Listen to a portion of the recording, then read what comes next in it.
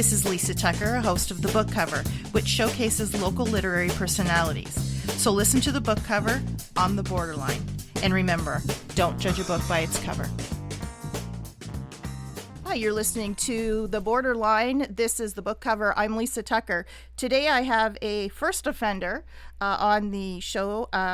It's Alison McGauley. She's written a children's book, and we've got her on the line from Cambridge. No, oops, is it Cambridge? Yes. Okay. Yes, it is. You are correct. Thank goodness. Welcome to the show, Alison. Yeah, thanks. Hi, Lisa. Thanks so much for having me on the book cover. And I'm originally from the Sioux, born and raised, so it's fun catching up with old friends there and meeting new ones as well. So I'm excited to be on today. your family's still here? Yeah, so my parents have been born and raised in the Sioux as well, and still have lots of aunts and uncles there as well. Awesome. Do you still make it home every now and again?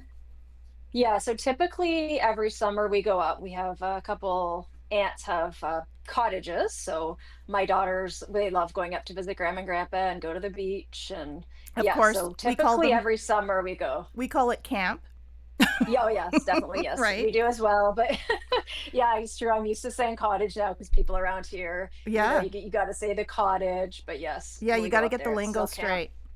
Yes, Up exactly. north. So tell me, did you ever think you were, now I know, believe it or not, so many teachers write books. Did you ever think that you would write a book? Like, had it been something that you had wanted to do for a long time, or did the teaching sort of get you started, or was it something else? I always loved writing. So even, yeah, as a young kid, I loved writing. I loved reading. I remember I went to the Young Authors Conference in about grade six, I think it was, and that was, like the highlight of the year for me. Oh, So wow. that was really fun. I always really wanted to write, but I never, back then they didn't have any, there was no online stuff. I always thought that also for writing a picture book, you'd have to be the illustrator, and I was never very good at drawing, so it didn't really seem like a possibility. And then, yeah, so it was always something that I was really interested in, but didn't think I could really, I didn't know how to do it or didn't think it would be like a career choice. So it was always kind of something at the back of my mind. And then I taught grade one and grade three for many years. So, read thousands of picture books to my students. And then when my girls were little, so I just, fell in love again with picture books, and then it kind of blossomed from there. I love it. And that was a question I was going to ask you, what grade you teach, because again, the teachers who write children's books are the primary grade teachers. You write what you Yeah, know, right? 100%. Yeah. So I'm an elementary teacher. I've been teaching for about 20 years now. Hard to believe. Wow. So I started off teaching. Actually, the first year I taught grade six and two. Those were some sort of long-term occasional positions, and then I got on permanently with I'm at the Waterloo Region District School Board. So I taught grade one for about 7 years. Then I switched to grade three for a few years, and now I've been doing special education for about the last probably about the last 5 to 7 years or so. So I primarily teach small reading groups right now at my school. That's cool. My mother's a retired teacher, so I know the whole, oh, they won't let you stay in a grade for too long. They don't like you getting comfortable. Yes, So they they do switch like to you. mix it up. Yeah, they switch you Yes, on often. keep it fresh, right? Right. So this children's book, Kenzie's Little Tree, is your first book. Is that correct? Correct. Yes. And what this story in particular, tell me what led to the story, because it's a kind of a special story that is special to you. Yes, very much so. So basically, so Kenzie's Little Tree, I'll tell you a little bit about the book first, so it kind of leads into that. Yeah, So Kenzie's Little Tree, so it's illustrated by Emily Leduc and published by Orca Book Publishers. So I love that because she's from Montreal, so it's nice to have two Canadian creators and a Canadian publisher as well. I love it. So yes, it is my debut picture book. It also is truly the story of my heart because it's based on the experiences of my own family as we navigate the ups and downs of my chronic illnesses. So the book, Kenzie's Little Tree, it's about a young girl. She plants a little tree with her family one Saturday, and the tree's a little bit crooked. It looks a little bit sick. Some of its leaves are brown, but its branches are open like mom's arms waiting for hugs. And Kenzie wants to bring the little tree home and plant it and promises to keep the little tree safe. Now, the book goes through all the seasons of the year. So when fall and winter come in with, storms and snow and winds, Kenzie worries that her promise will be broken. Also, mom goes to the hospital in the story, so that's really tough, but they also have a lot of fun together as well. So it's a gentle story of family, self-awareness, and resilience, and it reminds us that even though the world's constantly changing and oftentimes difficult, we can be bold and strong just like the little tree. I And love so, it. oh, thank you. And yeah, Yes. so why I wrote it, of course, so as I said, I have chronic illness as well. It came from the reality of my own family. I wanted to write a book that would represent the experiences of my daughters and also other families who live with chronic illness. So, chronic illness is dynamic, meaning that it changes over time with ups and downs, just like the seasons. So that's why I Mm-hmm. chose the metaphor of a tree and the seasons. So I want people to know that life with chronic illness has ups and downs, just like it does for anyone. So as I mentioned in the book, there's hard times, but there's also a lot of fun and joy because I want kids to know that just like in any family, there's good times and bad times. Now, So just like in my family, we had fun adventures, but also tough times. And mm-hmm. so I wanted a book that would, represent that as well. Right. And I'll tell our listeners what when I was looking at your bio, and I right away zoomed in on that you had chronic illness, and some Yes. of the listeners will know, if they're longtime listeners, that I also live with chronic illness, and it's so, and you'll understand this, and other people with chronic illnesses will understand this, is that people cannot understand unless they have a chronic illness. And so when I Yes. saw that, I'm like, oh, good, let's read more about that, because Right. it's almost like a club you never wanted to be in, and it's so secretive, and because nobody else knows anything about it. So I love that all the symbolism in this book, to maybe, just because I've read this a lot, just because the crayon is broken doesn't mean it still won't color. That's Exactly. one of my favorite quotes, because people living with chronic illness do often feel broken, and especially if you have children, um, it's hard to keep up with them, and you Yes. you wish for other things, but I feel like it's my duty, and it looks like you're probably taking on some of this as well. It's our responsibility to educate people. Yeah, exactly. And that's why, this book, which is great, is it acts, to represent families that live with disability or any difficult experience, but also as a window for families that don't have those experiences so they can see, what's it like in a family with chronic illness. And That's right. also, yeah, for sure. So And your as your it has the publisher twofold there. your publisher Orca, is that a Canadian? Yes, so they're out in BC. I see. Okay. So you've got the Canadian author, the Canadian illustrator, and a Canadian publisher. I love it. Yes, I know. I love telling people that because we're all for Canada right now, right? So Right. it's like, yeah, it's great. Yeah, I love it. You need a big maple leaf on the front of this book somewhere. Yes, that's true. Right? Now your title character, Kenzie, how did you come up with her name? I'm always interested in, how did you come up with her character? Is she you? So actually, I'm the mom in the story, Kenzie. So I have two daughters, just like in the story. Mm-hmm. My older daughter's name is actually Mackenzie. So Kenzie is a nickname that we call Kenzie, and then the other daughter is also named after my younger daughter's nickname. So they're in the book, their names are Kenzie and Lexi. So usually, so I have a lot of manuscripts. I'm always writing something. Mm-hmm. It's my only published book, but I do have a lot of other stories that I'm hoping will, someday see the light of day. Right. But this is actually the only book that I've named the characters after my daughters. And when I was first drafting it, I wasn't sure if I would leave the characters with their names because I kind of just put it as a stand-in, 'cause it is a work of fiction. It is Mm-hmm. based on our experiences, but it is fictional. But then, my girls were so happy that their names were in this book. So, they say, "Oh no, you can't change this. Our names." So they Aw. so they didn't let me change it. So I ended up just keeping it as their name. So it makes it even more special because yeah, because of that. And it's funny because I also have met a lot of people at book events that, they're named Kenzie or their child's named Kenzie. So that's also fun too, because they love that one. They're like, oh, my name's in the title. So it's fun. Yeah, Kenzie's around the world will want to buy this book. Yes. I love it. And there's so much symbolism in it, just as you were telling the story. I can hear it.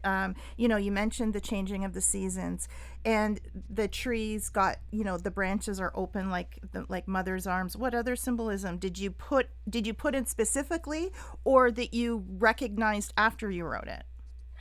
Yeah, so I did specifically, really plan it out. I wanted, because chronic illness is obviously a very heavy topic, I wanted to approach it in a gentle way, a way that would be good for young children. So I wanted something as a metaphor for mom. And then just, knowing what I know about chronic illness from experiencing it, I know that it ebbs and flows just like the seasons. So then I thought, well, it would be really good if we go through all the seasons of the year, because change is something with chronic illness and in the seasons. And then I also wanted something in nature that would be a good metaphor for chronic illness. And I was thinking of a tree because, and I also wanted a tree. So I did a lot of research on, a tree that changes in each season. Mm-hmm. I wanted something that was very beautiful in the spring. I love blossom trees. And so I chose a prairie fire flowering crabapple tree because I wanted something that was very stunning in the spring that reminds us of its strength through the seasons. I love So that. yeah, and then I tried to infuse, as you said, like mom's arms waiting for hugs. So I tried to infuse things like that in the story so that kids would understand that, the tree is sort of a symbol for mom. So trying to give it sort of more human characteristics of mom as well. Mm-hmm. Anthropomorphized. Yeah, I love that. Yes. Well, when you think of it, these big trees, I'll speak about a big tree that I know. It's giant. It's in my dad's backyard. It's a willow tree, weeping willow. And Okay, those this are beautiful. thing, they can go outside in a torrential downpour and not get wet because this thing protects them. They've got a little bench underneath where they can read or they can do whatever they want in any weather because really it doesn't get any snow either there. And Oh, it's wow. it's a great metaphor for a mother's love, protecting, sheltering, and I love that you did the tree. You might have to write my next book on that willow tree then. We'll see. Oh, it's a ginormous. It's not so much a. I feel like it's got masculine energy because it's so big. Right. It's giant. Like it's like It's a. like a gentle giant, right? Yes, it is like a gentle giant. And I love that you've put some nature in it because with computers and iPads and phones and I think children don't get the experience of nature like we did because we didn't have these screens to stare at. We had tons of time to appreciate.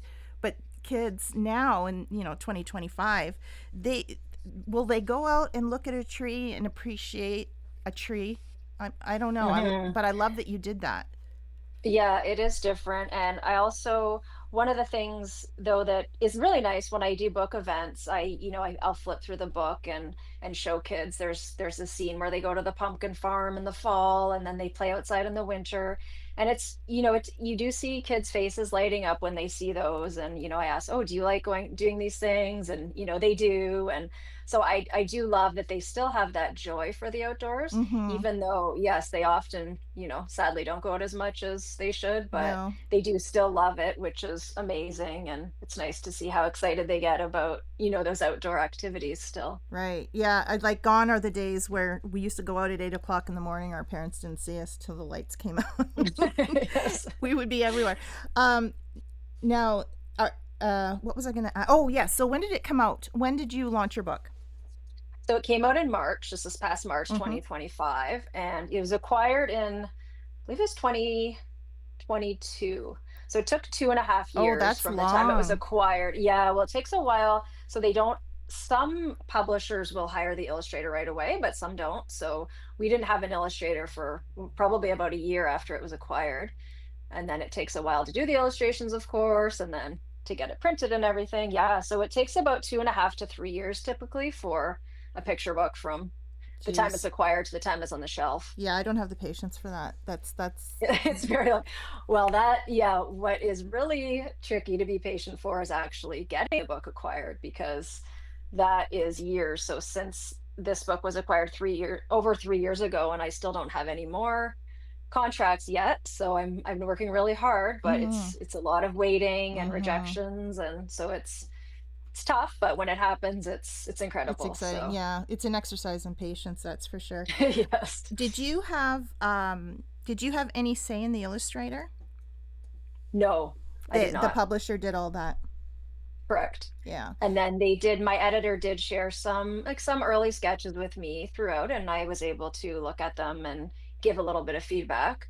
But as I said, I'm not any sort of visual artist, so I was like, well, Right. they're better than my stick figures. Anything is better than my drawings. Well, you never They know. were There's they're just so beautiful. The illustrations are so gorgeous that Emily did. So I'm just so grateful that, yeah, the so cover grateful for her art's artwork. yeah, the cover art's amazing. It's so colorful, and it really sort of tells a story in itself. There it's got Hmm. Emily, it's got the tree, and at first when I looked at the tree, I thought it was a cherry blossom.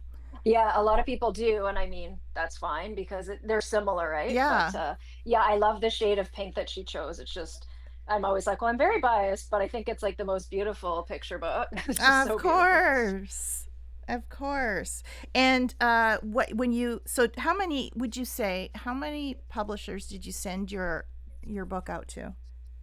I'm always I think it curious. went out to about 10. So I have an agent. So Okay. my agent sent it out first to a first batch, and then a few months later sent out a few more. So I think it probably went out to about maybe about 10 or so, Mhm. but Not very that's not you very sometimes many. don't even hear, yeah, you sometimes don't even hear back. I know. So you just sometimes never hear back from them, or sometimes it'll take like 2 years, and then so by that time, yeah. So Yeah. You went a very traditional route in getting the agent and sending out your transcripts. That is, and you know what's funny? I think I've done 148 ish shows, and probably the people that have done it your way, the traditional, like old school way, is like a handful. yeah, it was, I was really lucky to get an agent. Some of it's just timing. I sent it out, and the my agent at the time just said, "Oh, I was just really looking for a book like this Oh, about wow. chronic illness." Yeah, so that was sometimes it's just, and same thing with getting a book published. A lot of times it's just something that piques the editor's interest, or, something they just happen to be looking for. So sometimes you get that timing, and I did in that case, so that was amazing. Serendipity. Um, yeah, so Yeah. that was very lucky. And so it came out in March. And did you get a chance to read it to some of your students? Yeah, so I actually a lot of the classes at my school, they came down to the library, and I did sort of grade by grade little presentations, mostly for the younger kiddos. Sure, yeah. Yeah, so it was really fun, and so I gave everyone a bookmark, and Aw. yeah, so it was really fun. And then some of them would see it at Indigo and stuff, so they'd come up to me at lunch. I saw your book at Indigo. They still tell me, so it's really cute. How exciting to have like Yeah. at that age they can, and you know what, that shows them. I was one of those kids that I've wanted to write a book since I could read, and Hmm. I never, growing up in Northern Ontario, I never knew anybody that wrote a book. And how the word's gone right now, but how wonderful for these children to see. Well, she's a teacher. She's just a regular person. She can do it. Like if she can do it, why can't I do it? You know what I mean? It's Yeah, what a it's so fun. wonderful example to share with the children. Yeah, and then so last year, so I shared it in the spring, of course, after it came out, and it is really fun. And so some of the kids, a lot of them were interested in, how does this work and how do you get a book published? And some of them just really wanted to have a book in the library. So then myself and the librarian, we started sort of a little club where students, anyone at school could write a book as long as it was something written with like a little illustration in it and folded like a book. They could bring it in, and we'd put it in the school library, so that any kids, when they went to the library, they could read the book. So I they really love liked that that. Yeah, idea. it was really fun. So I want to start that again. I haven't got it rolling yet this year, but that was really fun last year. So kids were pretty excited to, have their book in the library. So I'm Yeah. hoping to do that again this year. Oh, what a great idea. The kids, the children are, well, I don't want to sound like Whitney Houston, but the children are our future. So And true. when you show this positive role model, or this positive, path to children, it just opens their minds, and they can go their own way. And I love it. I love everything about this book. Yeah. Oh, thank you. Yeah. Now, do you have so you do have a website, and I'll tell everybody what your website is. So it's Alison. It's Alison, McGauley,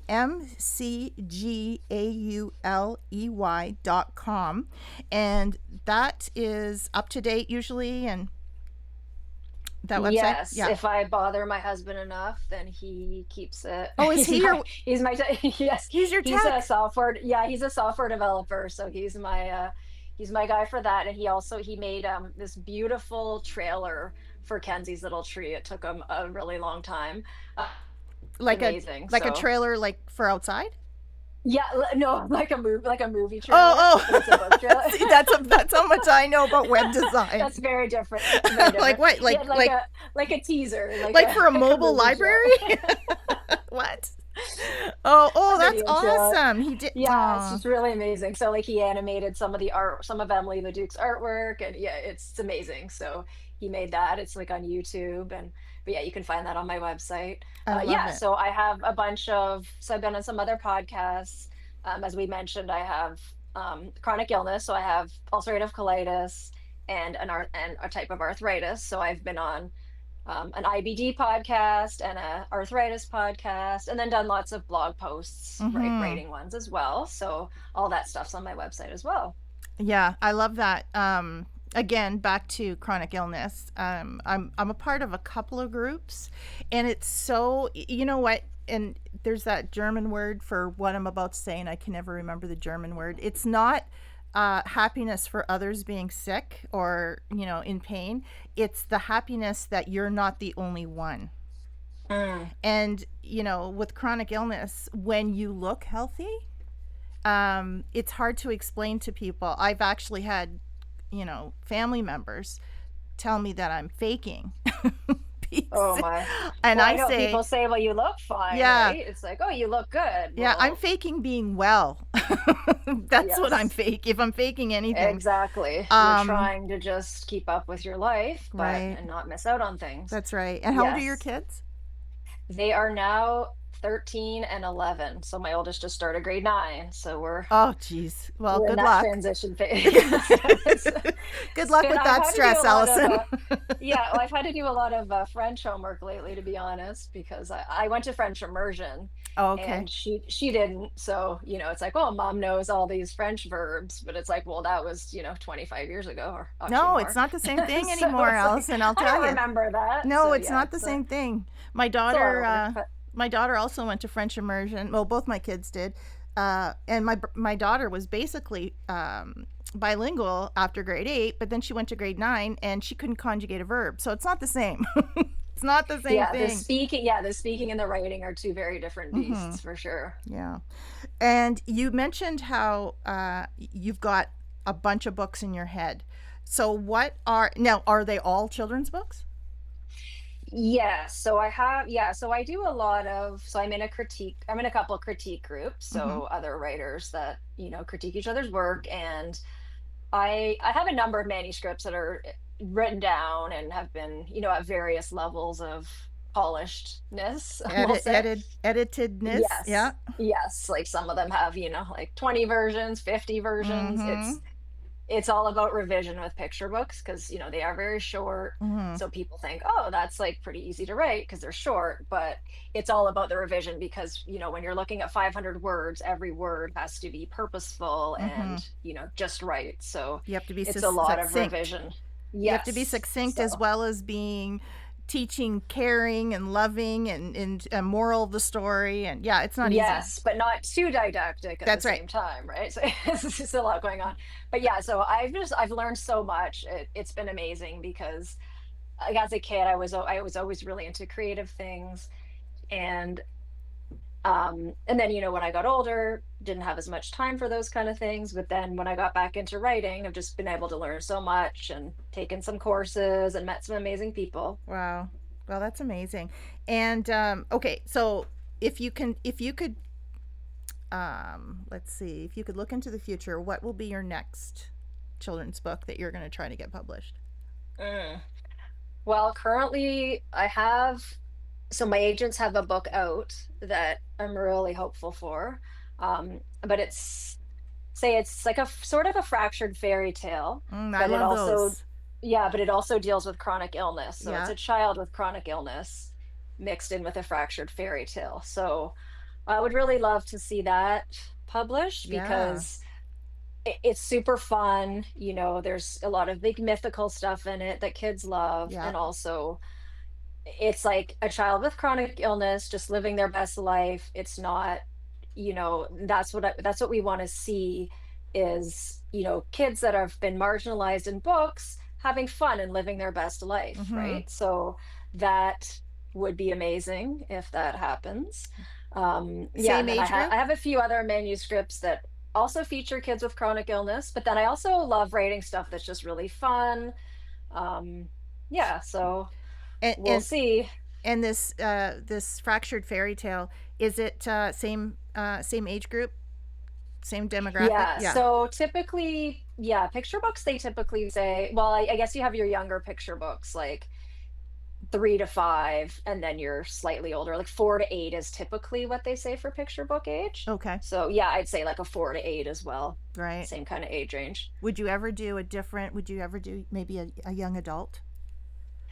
I did try writing a middle grade, like a middle grade chapter book. Sure. Like six, Actually, I, grade I six. actually wrote an early chapter book as well, like a first book in a series. Oh, But I don't know. I did finish it, but my agent at the time kind of felt like maybe it just wasn't standing out enough in this market. So it's kind of shelved right now, but maybe someday whip it. it'll, You'll get, yeah, well, pull once it you off, dust become, it off. yeah, once you become J.K. Rowling, Exactly. our Canada's Answer too, you'll be able to publish whatever the heck you want. Yeah, we'll see. We'll see. Now, now let me just read from your website. There are so many places to get your books. Um, Yeah, so I mean, basically anywhere that you get books, you can get right. it online. Independent bookstores are the best, but I know, like in the Sioux, I don't think you have an independent bookstore. But they do have it at Kohl's in the Sioux, and of course, you can order it online through Indigo. Good to know. Just for your information, if you come to town, Marnie Stone from Stone's office, she Okay. has a little local author nook where sells the local authors' books out of her store. So if you get in touch with her, you could work something Okay. out so people could come and actually get a print version from a Canadian and local business. Okay. Interesting. I'll have to look into that. I Yeah, didn't know yeah, that. you'll have to do that because Christmas is around the corner, and I know I hate to be talking about Christmas in September, but if it, there's a lot of people like me, and I know you're one of them because you're type A. I know you're type. You probably so Yes, yes. I start Christmas shopping as soon as the kids go back to school. Right. Like I start thinking, okay, what can I get? I make my lists. What can I get this? So you know what? It's just around the corner. You don't want to be one of those December 24th shoppers for That sure. is true. Yeah. But yeah. Yeah, also with the book, so it's as a teacher, as I mentioned. Mhm. So I also have a teaching guide that I wrote that goes with the book as well. So that's on my website too. I love So that. yeah, so it's a really good book for, so I have lessons for K to 3 in there, so like primary grades. And I taught grade 1, as I mentioned, for many years. And in grade 1 in science, they learn about the seasons. So it's a really good book that ties in well with the science unit there. And then, of course, plants as well with the tree. And then I Mhm. also have some reading and writing lesson that goes with the book as well. And then I also on my website, you can find the family discussion guide because this is a really good book to start discussions. That's another reason why I wrote it because, as I said, I wanted a book that represents families like mine, but it's also, I found out in my own family that it's really important to talk about these experiences and these difficult feelings.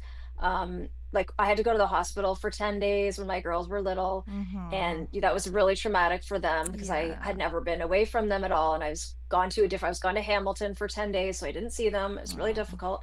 And then when we came back, my husband and I thought, it'll be better if we just don't talk about this. They'll forget, they're little. But then every time I went out, they'd always think are you going to go to the hospital? Are you sick? Are you Ah. leaving? And that was really tough. And then we found out from a psychologist that, actually better just to talk about the Mm-hmm. event a lot because it helps them to process their Mm-hmm. feelings on that. So I also wrote this family discussion guide in collaboration with a psychologist because it's a really good book that can bring up discussion points and give kids a chance to talk about their experiences and their big emotions. So that's also you can find on my website as well. And there's also some coloring pages that are just really fun from Mm-hmm. the illustrator that are just for little ones.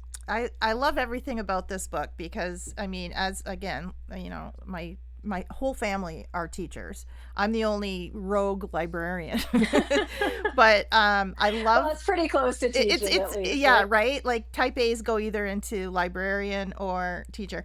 Um, so I love the fact that you've got companions with this book that can help teachers teach, and it's not, it can be just a cute book with really cute graphics, but it can be so much else as well. And I love that you've got all that tied together. Sounds Oh, thank amazing. you. Yeah, it sounds Thank you. amazing. I can't wait to possibly get a book for I don't know, Christmas present for somebody. That's I'm going to try to make it Excellent. all Well, thank local. you. Yeah, I'm going to try to make it all Yeah. local this year. Well, Awesome. thank you so much, Allison. It's been a pleasure, and you have to make sure you contact me when your next book comes out. I definitely will. Thank you so much for having me on. It was a lot of fun chatting with you, and thanks for that tip about the store in the zoo. I will Yeah, yeah, look you into got to that. get a hold of them. They try to, I try to steer a lot of people their way because it's, the only locally owned store that has local authors in it. So, Yeah, that's really nice. yeah. So thanks so much. We've been talking with children's author Alison McGauley from down south, Southern Ontario, not too far. And you've been listening to the book cover. I'm Lisa Tucker. We're on the borderline. And remember, don't judge a book by its cover.